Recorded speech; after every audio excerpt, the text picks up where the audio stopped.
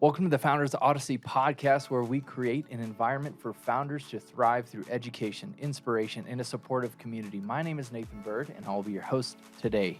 Today, we are joined with innovative partners and successful entrepreneur Sean Kimball, the Chief Operating Officer, and Uber Javed, CEO of NOMYX, where they are embracing the future of finance through tokenization and are harnessing the transformative power of blockchain-based assets and helping you take advantage of fractional ownership, automation, and unlocking a world of financial possibilities. Join us on this episode to learn more about the journey of developing this company, the problems they've seen in the market, and how their solution is the next big thing. So guys, I'm excited to have you here. Obviously, we have two founders, two different backgrounds, people that have extensive knowledge in what they do. So share with us, Sean, just a little bit about yourself, how you got in the entrepreneur game, and then we'll kick it over to Uber here. Okay, yeah, so I'm a little bit opposite of Uber. I'm from Salt Lake. I was born here and moved to San Diego right after I was born, and then found my way back here in 2002, and that's when I started going to Utah Valley State College at the time, now UVU. Lasted for about a semester, figured out real quickly that I was destined for something else other than college education at the time. And from there, I started dabbling in, at the time, was just iPod accessories. It was actually 4-button and click wheel iPod accessories at the time. And I was importing silicone skins from China and then selling them here at Fashion Place Mall, Southtown, then on to Vegas and San Diego. It was interesting because it was a great idea. It was ahead of its time.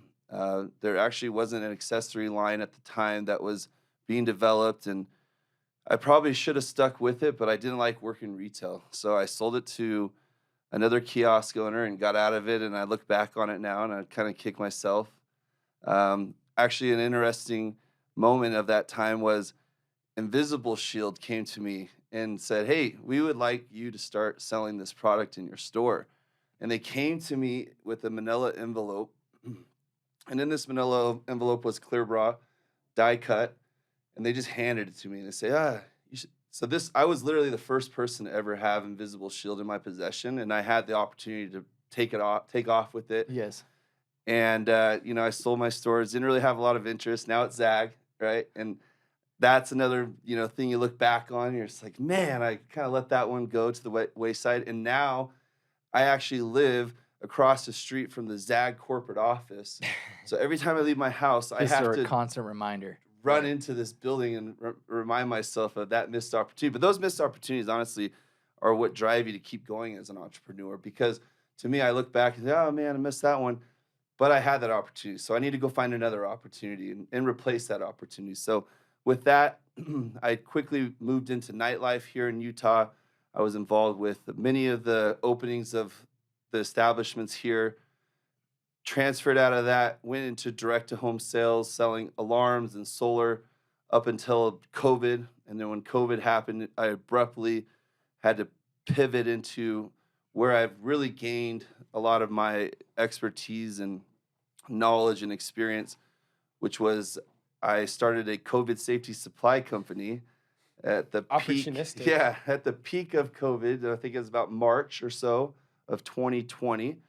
Sitting in my house in Newport Beach, realizing I was kind of living outside my means and I needed to pivot quickly. And somebody that I went to church with offered the opportunity to sell like 50,000 gallons of hand sanitizer down in Mexico City. Something like way outside of like anything. Is this legitimate? It didn't at the time. I was like, man, this is crazy. But I was unemployed essentially because of COVID. I had my back against the wall with my expenses and living in this kind of out of my means, condo in Newport. Shoot, I'll sell some hand sanitizer. So that kind of got the ball rolling. And it was interesting. I was writing some notes down and I realized I went to the guy I was working for at the time and I asked him for like $5,000 to go buy a mask in China. From there, we sold those and we did another order. But that was the last time him and I actually ever did business together because I took that opportunity and never went back to selling alarms and pivoted into, selling these medical supplies. To wrap this up, basically what I did was, while it was the wild, wild west, and there were a lot of people just trying to get a piece of that supply chain massacre, I should say, I kind of put my head down, realized that the only way people were going to ever buy from me is if I, created a real legitimate business out of it. So what I did was I went out, I found a branding partner. She was furloughed from New Era at the time. She was the corporate New Era branding officer, and she came in and started branding me. Well, it ended up turning into going in and working out of the New Era offices because they weren't working from, they were working from home. Mm-hmm. Next thing I know, I'm selling COVID supplies out of the New Era office in Irvine, and stuff, it was blowing up rather quickly. And I think that has to do with me, instead of just trying to go and seize the moment, take a step back, figure out what was my pain point, solving the pain point, and then I went out and dominated. So from there, just to kind of lead to where we're at today, the company was called SOS Supply. It's still in business. We're still very successful. I made quite a bit of money through that process and didn't really have an idea of what I was going to do with it. And at the time, stocks didn't really, interest me, and I wasn't really in the position to go out and buy a bunch of real estate at that time. So I really dove into blockchain and started to try to figure out how that applied to me, how it was going to apply to the future. And then to circle back, my partner now, Hubert, who actually lived in that Newport Beach home, we kind of reconvened 2 years ago, and we're just checking in on each other. And I said, hey, I'm really interested in blockchain. So guess what? I'm selling Bitcoin miners, and I'm consulting from a very low-level standpoint, but I love it too. So from there, we jumped into what is now called NOMYX. And what NOMYX is we tokenize real-world assets, and we help implement for entities and financial institutions a roadmap for them to participate on the blockchain. And if it's just the consultation process, we love doing that.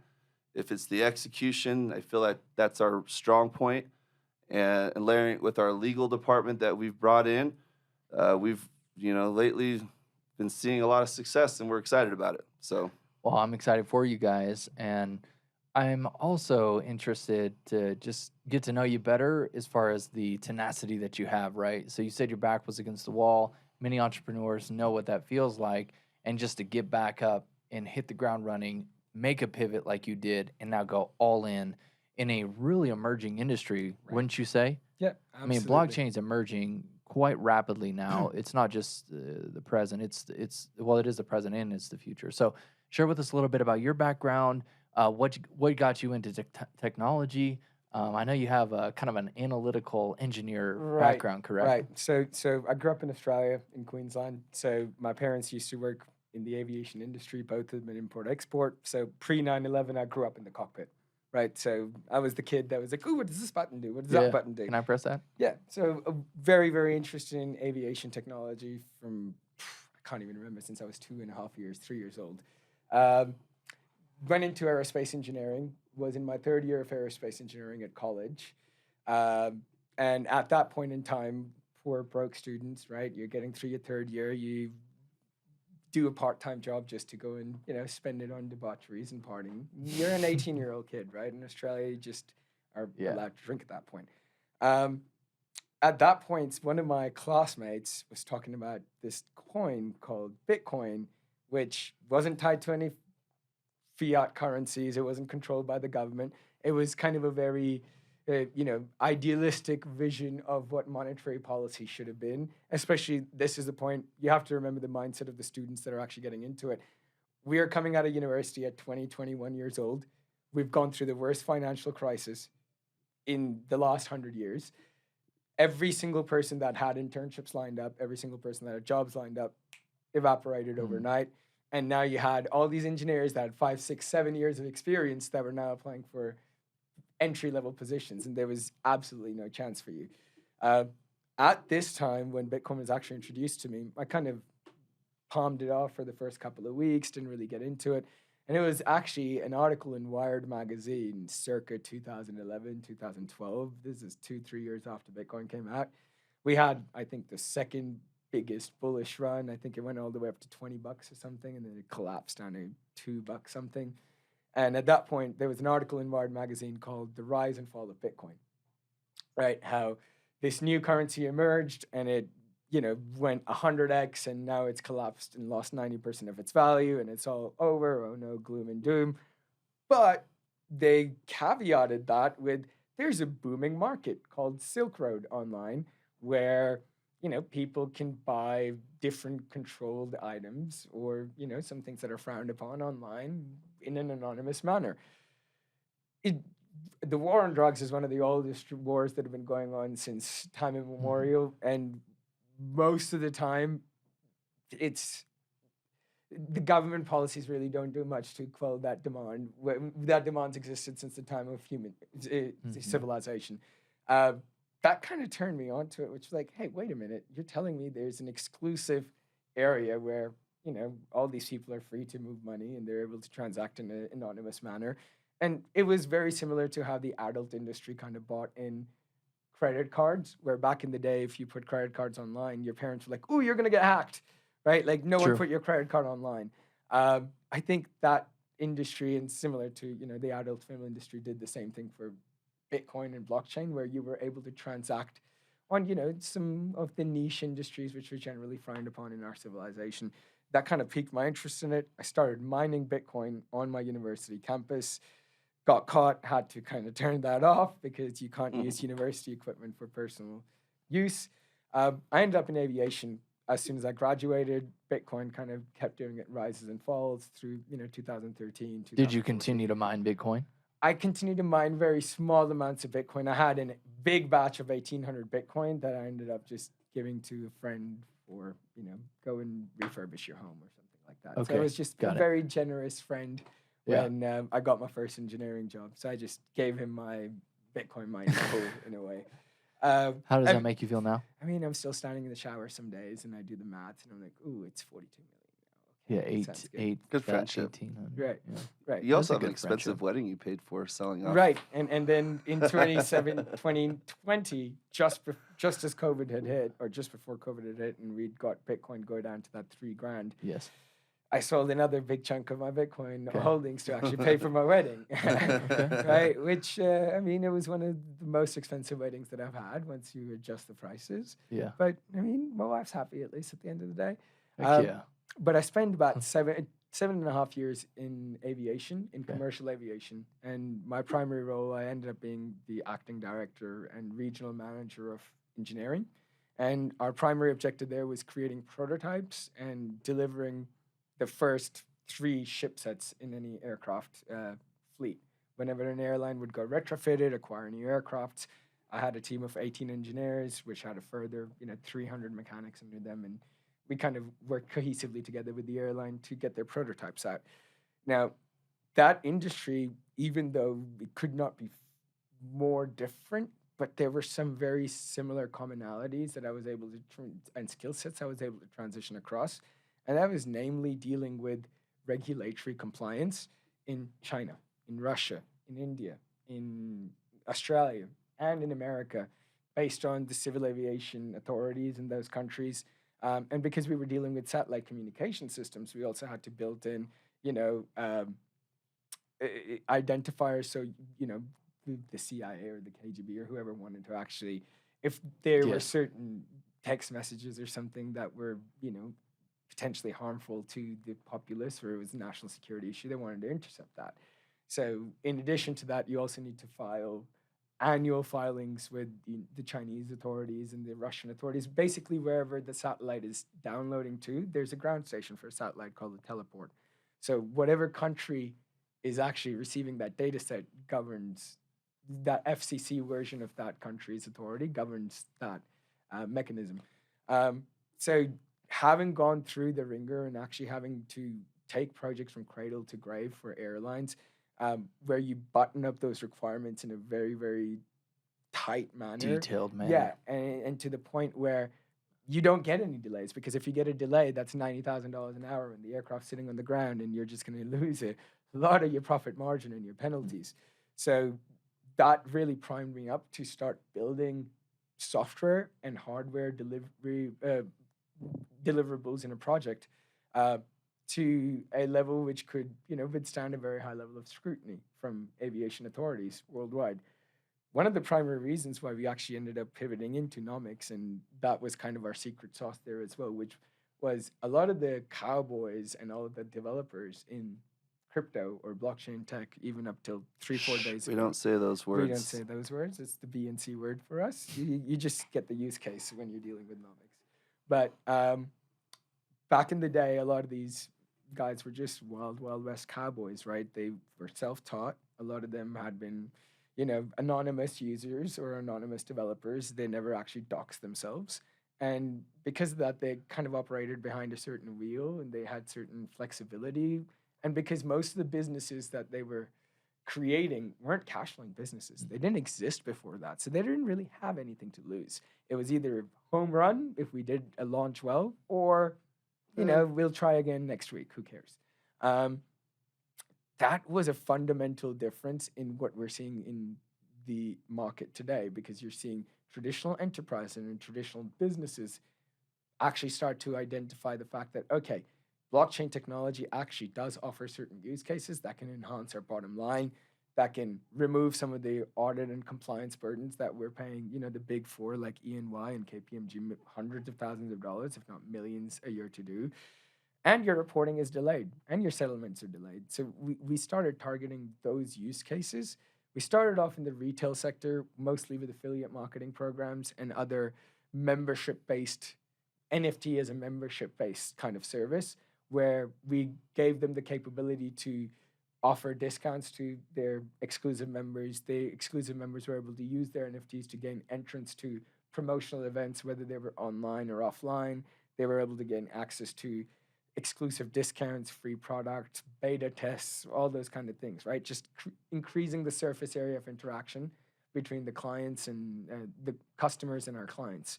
But when we actually started pivoting at the start of this year into, once we had the tech stack built up, and we're like, okay, we can keep making pretty decent money in this tokenized membership world, but where we saw the biggest bang coming over the next couple of years was actually financial institutions and niche financial institutions that were interfacing with credit unions or lending programs or things along those lines that were willing to, that would have the biggest benefit to their bottom line from the application of such technologies, that would have the removal of that audit trail. Yeah, sure, it's great in retail, but it's a requirement in finance.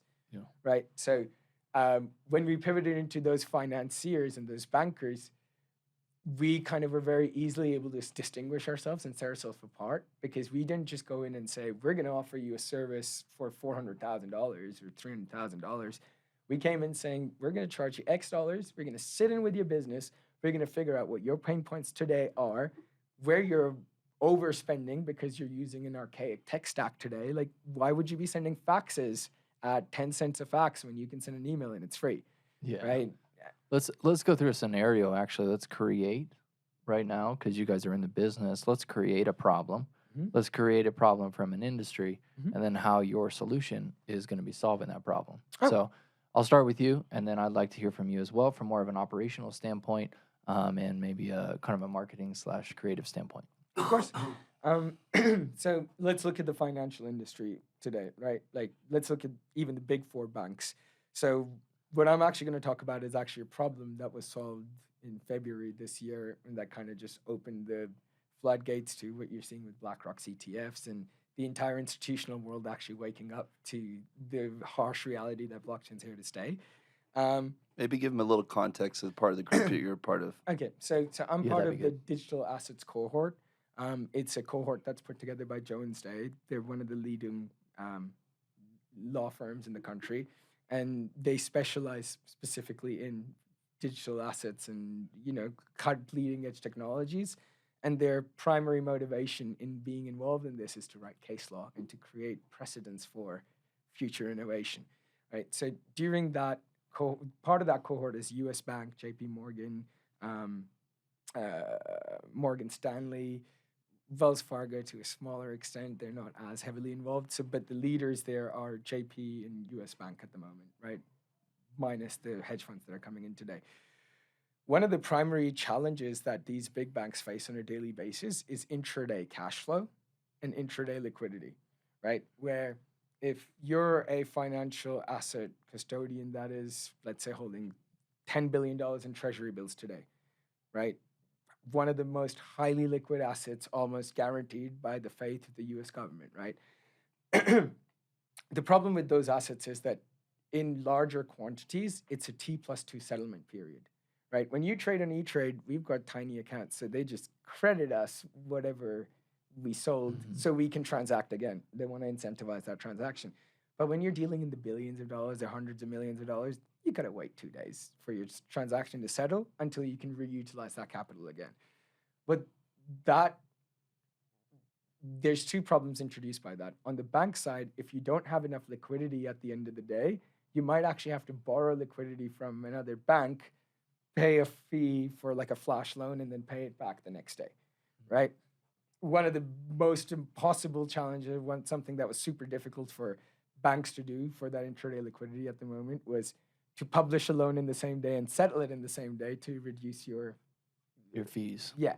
It was almost impossible to do in the current framework, right? Just because of how the system is architectured in the current day. What JP Morgan did is they took $70 billion of those T-bills, tokenized them, just created digital synthetic assets. They didn't tell anyone it was on the blockchain. They didn't say it was crypto-based or blockchain-based. All they did is they created digital synthetic, which had all the documentation. It adhered to all of regulatory compliance that the standard T-bill does, except this is just in a tokenized format now. It can be traded 24/7. It will have instant settlement. If you've got the money, I've got the asset. Done. Swaps are done instantly. What that allowed them to do is they were able to do an extra $700 billion over a period of 90 days in just sales. With like no extra fees. Because, well, the development fees, of course, right? Yeah. But at the end of the day, once you have the platform up and running, you're not handicapping your clients to sit on a chunk of their portfolio for X days. If you made profit today and if you recognize another good buying opportunity, you've got the option to go straight in. And they're just collecting their trading fees and those, 0.2, 0.5% basis points. But when you're talking in the billions and billions of dollars, that adds up very, very quickly. Now, it's not that banks want to be super transparent, but banks do like an extra $14 billion in their pockets. Mm-hmm. And this is also preparing us for what we see coming up ahead with FedNow and the CBDC. So whether you like it or not, in the next 5 years, we are going to, that's the writing on the wall, right? So what our solution allows our clients to do is essentially put the rails in place. So when that solution does come on, it's just a one click and you can now accept CBDCs, right? So it's not just solving the problem today, but also putting the infrastructure in place to build on tomorrow. Innovation. Yeah. Right? So we don't have to put all the money bags in the Wells Fargo, take it across the country. Because that was the excuse they used for a long time. And they just kept running with it. They're like, hey, back in the 1800s, it took 2 days to transfer the money from one city to the next. And the banks have been getting away with that policy, using it for their own good, which is great. But, now with the blockchain, you can 10x that, 20x it, 100x it. Right, because right now they just hold on to, if I transfer money from Chase to Wells Fargo to you, settlement probably happens quicker, right? They just get to hold it on for an extra day or two. They can earn whatever basis points they're earning on that. Yeah, so in essence, you have the speed of transfer, right? Number one. And then tell me more about the blockchain per se, just the blockchain as a topic in essence. Okay. So not just your platform. So because I know more people out there are still curious on Right. What is blockchain? How can it be incorporated into the business that I have, Right. whether it be real estate, right? Because Right. I think fractional ownership has been Absolutely. a thought, even like owning jets, Yeah. right? owning yachts. People want to do that. So yeah, share with us on how you can transact and leverage blockchain. Of course. So just a very high level overview of the blockchain. It's basically an immutable ledger, right? It's an add-only ledger where any transaction that has been logged is immutable for time immemorial. So on a very high level, it's essentially a database that you can completely trust, right? Even if I'm the administrator for database currently, if I have any SLAs or any reports that are going out to any client base, I, as the administrator, can choose to fudge it, right? Which requires all of these companies to have those audit trails in place. That's why they require to have. When I was in the airline industry, I used to spend 4 hours per airline every single month just doing reconciliation, just to make sure, hey, did we actually consume as much data as you said we consumed? Did you actually bill for the right data in the right tranches? All that goes away if it's everything's actually being logged to the blockchain because no one is actually fudging the numbers anymore. Right, so that's the very first application. Anywhere where you want to have an audit trail or compliance baked in with 24/7 reports that are actively being pulled, Blockchain. Right? Now, how you can apply that to various industries, we already went through tokenization of T-bills and enhancement of intraday liquidity. Tokenization of real estate is a very, very interesting concept and something that I actually developed quite a bit on one of the side projects that I was working on last year. Naturally. Yeah, so we like to touch everything. yeah. You know? So with that, one of the base argument is you create 100 pieces of a particular property. You purchase a property, you create 100 equal pieces of it. You wrap it in a Regulation A+ wrapper, right? They can be accredited or non-accredited investors as long as there's only 100 people. That's the upper threshold. Yep. Right. Now you can actually create a token that will have 1% claim on the cash flow from that asset, right? You'll set up a treasury account, and that treasury account gets replenished by whoever your agent is that's collecting revenue against your property. And you, as the 1% holder of that token, can claim your yield claim against on that token. Wow. And you can also sell that token after a particular lockup period. Like initially, that has a 1-year lockup period for that sale. But after that 1 year has elapsed, you can do peer-to-peer trading off that asset as well. And Chainlink actually came out with something very interesting about 3 months ago, and then they got threatened by MLS because they were using MLS APIs without the appropriate commercial licenses, and they wanted to charge them $1 billion. But Chainlink is an Oracle service that basically takes data sets from trusted sources in the real world and appends them to the blockchain. So it's kind of a price normalizer, right? So if you have lower liquidity somewhere else, so if you have technically that Oracle service hasn't reached its potential yet because the original use case was we're going to take real world data and transmit it to the blockchain. Real world applications didn't even start properly until this year. So they had to find other avenues to make more money in DeFi, which is decentralized finance. Well, you can just give us a prediction. What do you say is that merging point? So if you look at companies like, or DAOs like MakerDAO, right? It's one of the biggest DAOs out there. Last time I checked, and obviously it changes every day, but they had over $600 million in assets under management. Real quick for the audience, why don't you explain what a DAO is? Okay. A DAO is a conglomerate of people that come together and buy ownership in a DAO, like purchase of a token. It's similar to what we were talking about, tokenized assets, a tokenized real estate, where your tokens represent your vote in that DAO and your percentage ownership of that DAO. And it gives you some extra authority above what real estate would give you, which is the ability to govern that company. You're saying, so a DAO, say for example, this could be a DAO. And a DAO is a decentralized autonomous organization. Well, no, your podcast could be a DAO. Got it. Right? So if we started like 5 other podcast hosts that started a DAO where you contributed funds in to buy all these camera equipment, and you have 5 individuals, and you can now, as your membership continues, as you become more and more popular, you can add additional members and keep growing that pool. Now, what happens when a year down the track you have all 10 individuals have done $1 million in revenue from your podcasts? You don't really need to buy any more equipment, but you have 5 million or 4 million sitting in your account. Now, every single member that has governance or voting rights in the DAO can actually make a vote on how that asset should be used. They can create proposals. It's like a true democracy. It's like, the Roman Senate back in the day. Any civilian who's part of the DAO can stand up, make a proposal, and if enough people support that proposal, the smart contract will execute it. There is no central authority. There is no CEO for DAO.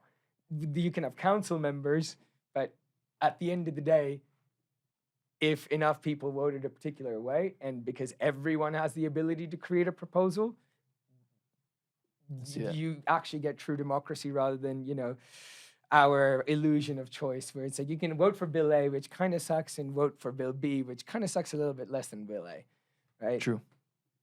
That's a good description. And here in Utah, we're actually leading the conversation in legislation and lawmaking when it comes to DAOs, which is exciting. A lot of people don't realize the impact that, Lehigh, that whole 15 quarter up to downtown is making on the U.S. U.S. Yeah. Nah, the world's a bit ahead of us. Actually, we could talk about that for a little bit. We just got back from Amsterdam. We visited. Before we just segue into that, with the MakerDAO item, the point where I was driving to was DAOs have traditionally had problems historically where most of their holdings and their assets were cryptocurrencies, which were subject to a lot of volatility, right? A lot of DAOs start lending platforms as well, where their members can basically borrow funds or give or lend funds and earn residual income from just their holdings or the DAO's holdings. The problem that they were facing is every time during a bear market, they would get toxic debt, where token value of a coin would plummet 90%. Someone had taken a 50% LTV loan out against them. They default on their loan.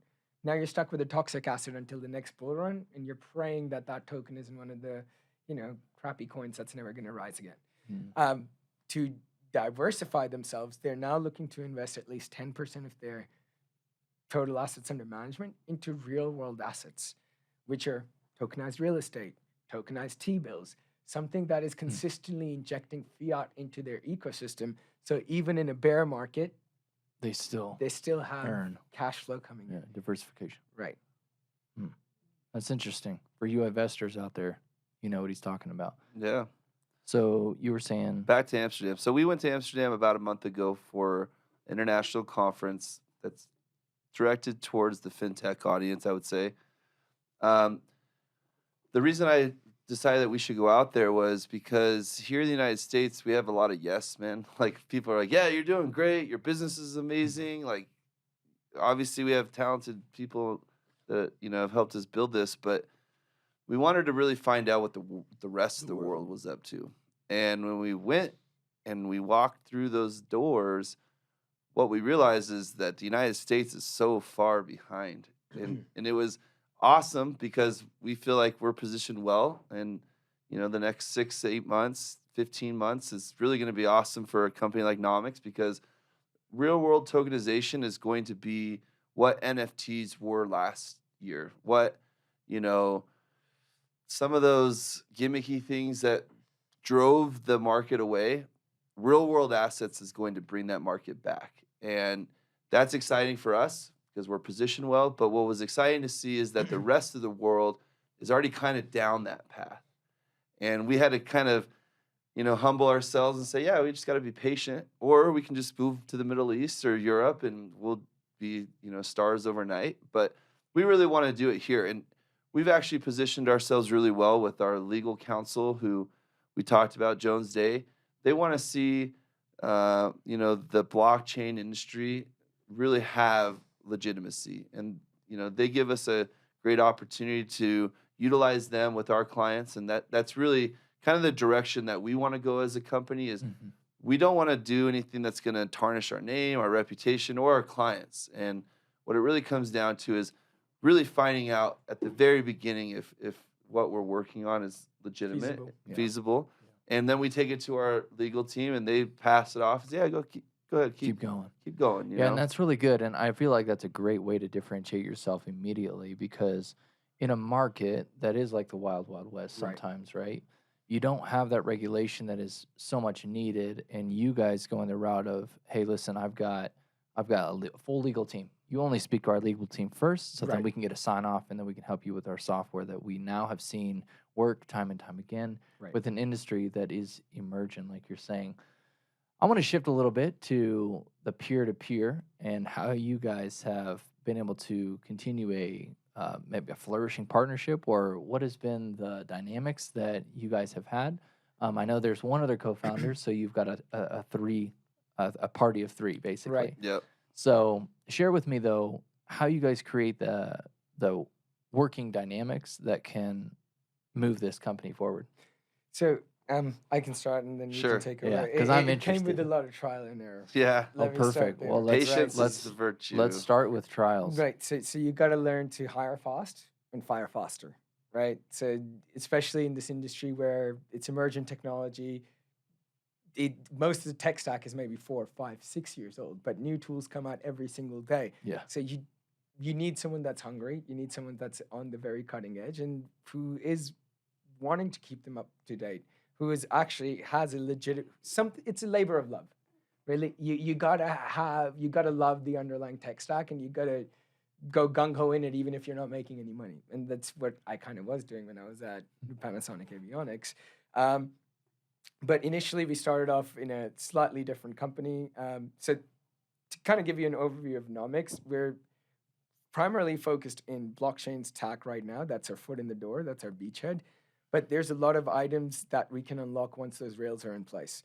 Yep. One such example of that is allowing those NFTs, that 1% token ownership that owns the apartment building or a particular apartment, allowing that 1% to have the room for 3 nights of the year, right? So you can unlock the door to that apartment with your NFT. Yep. And the house, if you have digital imagery or digital screens in there, it'll be super hyper personalized for you. The That's NFT a great idea. pictures will change for you. Welcome, Mr. Nathan. Welcome back for the 20th time to your home away from home, whatever you want it to be. So timeshares, right? Which is a very illiquid market. People get into them all the time. And even though they can get out technically, They just can't because any new purchasers must go directly to the centralized entity. There is no secondary market usually for timeshares, and it's just too much of a pain to go through that secondary market, right? And that's why you have to get lawyers involved to actually get you out of those kind of dodgy contracts. But if you give a secondary market to these kinds of illiquid markets, it actually incentivizes the issuer of that timeshare to also encourage the secondary market because they can charge a royalty every single time of the Yeah, same I see it sale. as an additional revenue source for Right. that. And then you've got that specific segment, and then you have like 500 other segments Right. that are Oh, very it's- similar Right. to tertiary markets, Right. right? That then you can just explode.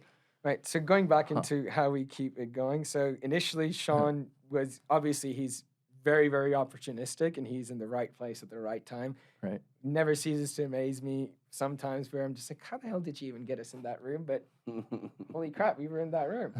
Right. So Sean's got a knack for that. Okay. And that's kind of what initially we started working together just as, you bring me something and Yeah. I'll help you lock your customers down. It was Yeah. just kind of a barter-based As a system. visionary that I hope that I am and strive to continue to be, part of the problem is execution, Yes. right? Like you can think about all the great ideas. Like I thought about TikTok 3 years before TikTok. I didn't have Uber. True. If I would have had Uber like 6 years ago and I have a written out business plan for like how crowdsourcing music, which is TikTok, could have came to be. If I would have had Uber, I would have been, somewhere down the line with that project. What I'm getting to is it's one thing to have the vision or the idea. It's another thing to have a partner who sees your vision and then laughs execute on it. because he's like, yeah, it's not that big of a deal. I could do it. And you're like, all right, man, let me try to give you something harder next time. Right. And sometimes it is the beginner's mindset sometimes where Sean's like, but why isn't it possible? Right? Where sometimes you're just like, well, Well, that's just not how we do it. And it's let just me like, show you the information but architecture. why? And then you- like sometimes it's like, huh. Now I'm starting to Actually, get greedy. You're right. Why? Yeah. Well, why are we doing it in that dumb way? It's just something that the innocence of, someone that hasn't been beaten up by something, so they're naive to that, and that is incredible because that unlocks a lot of vision from Sean's end, where he challenges me to be like, but why? Yeah, Right? there's a And really good book actually. It's by Benjamin Hardy. It's called Who Not How, yeah, right? And then everything in life, we want to do quantum leaps. right, We want to jump from, or sometimes people are very operational, and that's all they see is like A to Right. B to C. Well, typically entrepreneurs, in many ways, we go from like A to F. Like Right. we can do this A to Z Right. overnight, right, right? Because we see it's possible. Everything is possible. Anything is possible. Right. And then, like you're saying, there's that naivety. But yet, sometimes when you do unlock the potential right, of belief, and then you guys are working together, there's something magical that can really happen through a co-founder partnership. You know, you sharpen his iron and vice versa, right? Yeah. Kind of going back and forth. Right. I also love our core value, which is integrity. And the reason that I think that the three of us, and I wish Sebastian was here, the three of us do so well is along the way, we've all taken it from other opportunities where we walk away and think, man, I wish my contract was a little bit stiffer, or I wish I would have talked about that with that person. Instead, I didn't, and now they screwed me over. And we can all, even at this table, can sit down and probably discuss multiple ways that we've been burned in the past, right? And we've all recently come out of situations where we're like, we're never going to let that happen again. That's good. And that's where we build our whole business foundation, and why we love the blockchain and why we're so passionate about all this is because if we can just implement the blockchain, it solves a lot of these trust issues. It solves a lot of lack of transparency issues. And as a business, we can't talk one and do another. We have to, as a business and as an entity, practice what we preach. And so that's what I love about us is when we get into our meetings and we vibe off each other, it's always based upon like, well, we want to do what's best for the customer. What does the customer need? What kind of transparency can we give them? And that's kind of where we thrive, you know? And based on integrity, we got really lucky during the last bull run as well, where there were 3 or 4 different opportunities where we were approached by potential prospective clients, Oh, okay. right? And they essentially wanted us to create a solution that didn't really get the thumbs up from either our legal counsel or, we could foresee that it could be problematic. It wasn't sustainable in the long run. And we've always had this conversation where, hey, let's not screw up our $100 million trying to chase the first $1 million, right? Like you can get quick and dirty money in blockchain very, very easily. Yeah. But the problem is, I have one guy that's, scammed my wallet and cleaned it out like 5 years ago. I still track his wallet. I'm still waiting for him to do one transfer to Binance or Coinbase so I can send like people over to his home to like bang on the door, right? Yeah. So it's not just an elephant's memory. It's like an immortal memory. Like it's Yeah. there forever if someone knows how to find it. And if you make one tiny little error or slip up, it's there for everyone to see. So there's a few things that I've gotten from you guys. Number one, and you're talking about trust, integrity, right? And that's really what makes a long-term sustainable business. And you guys are going about it the right way. You're making sure that legal is upfront and foremost. Then you have a personal story of actually coming up against somebody that was less than integrable. Right. So you guys have some great ammo there to continue to build this company and flourish it with those two things. I like the reputation Yeah. in town that we're starting to gather, which is bring the projects that have legitimacy to NOMYX. Yeah. And the ones that like used to bring us projects that aren't as legitimate, now they don't even talk to us. They won't associate. Don't waste your time. Right. Yeah, because Yeah. they know that we're not going to lower our standards. There's so much opportunity. I mean, there's less than 1% market penetration in our current arena. So there's no need to get desperate, Right. No, not at all. Well, that's awesome. So you guys have so let's talk a little bit about conflict resolution. Have you guys had any? You said trials, right? Right. So How do you do that as founders? And then we'll just transition in and end out here, but we'll transition into where do you see the company going? What excites you with that? And then what is your timeline? So I like that. So let's do conflict resolution.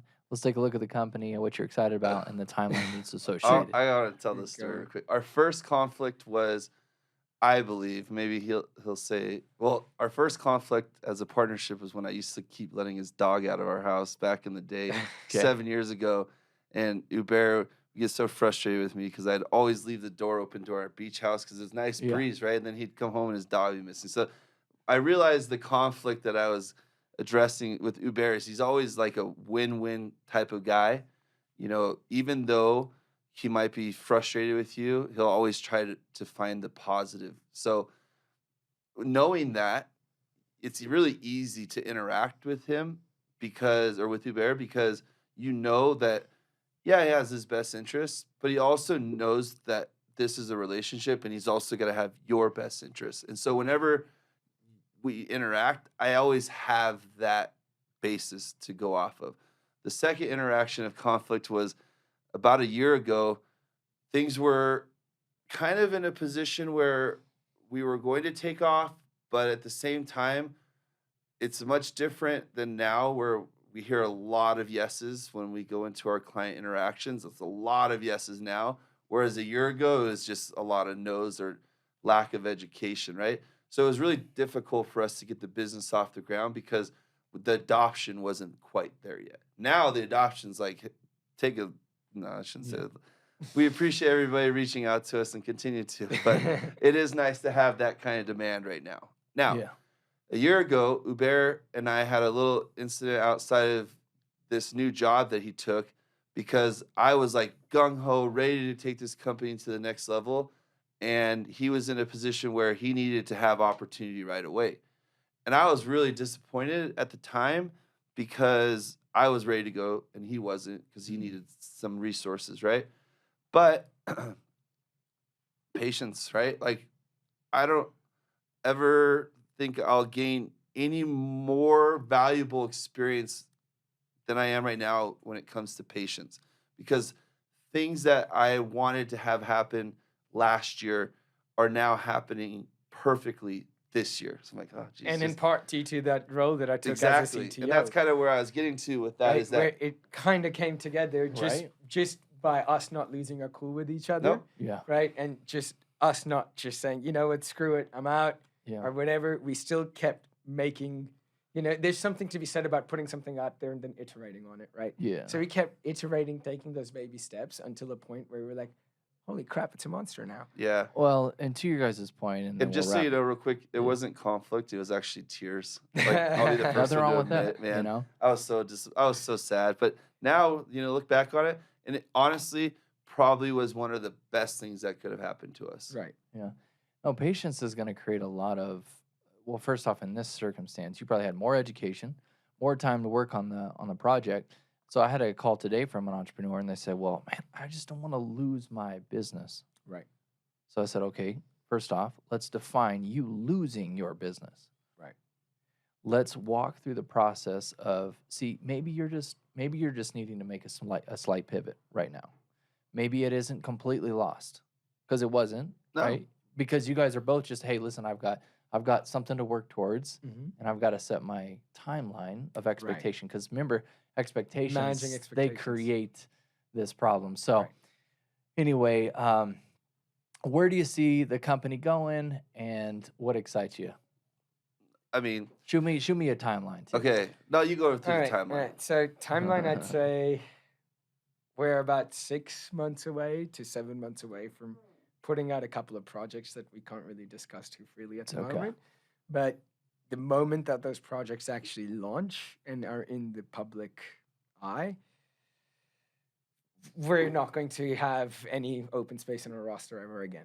Cool. And that's not just us. It's we've heard from everyone from our legal counsel, from people in that digital assets cohort, and even to a point, Sean, somehow, like I mentioned, got me in a room with a Rothschild Oh, equity yeah. partner. I didn't want to bring that at up, but Money that was a Turner. good win for me. Yeah, and I was like, "Ooh, that's I do a high five. Yeah, dude, it was Right. awesome. so." And she gave us a clear-cut Yeah. outline. So we told her what we bootstrapped to. We're like, look, we're about at $1.5 million over the last year, and we kind of did it part time. Yeah. And now we're starting to get more serious. We have the resources. We're scaling teams up. We're Yeah. getting more clients in. The market's heating up, and we were given a target of about 7 million Okay. the day we hit 7 million, because they don't write checks small enough, No. right? So you got to have at least a certain valuation where they're writing a big enough check for you. Okay. Okay. Okay. And at that point, the way that we've been building our platform and building our tech stack as well is it's a modular solution, Yes. right? So as we Like water. Yeah. so as we're basically targeting various industries, we've already productized the affiliate marketing in the membership industry. Okay. Next, we're going to be looking at productizing any kind of debt, any kind of loan, any kind of lending and borrowing that's happening in traditional institutions, without even the customer even knowing they're using blockchain stack in the back end. They can still transact in fiat. Everything looks exactly the way it does today. You can still log in with Google, just using a different platform. That in the product's back. probably 4 months away, Okay. which is going to be huge. Like that one right there, game changer. I think for us, like if anybody's listening, the wheels are starting to turn. Like obviously we see a huge value to what we bring, and we see that the horizon looks bright. But where people could really help us out, and if you're listening right now and you're thinking, oh man, How do I get involved? how do I Yeah. get involved, or better yet, like how can this better myself or my business? Hit us up, like email us, go onto our website.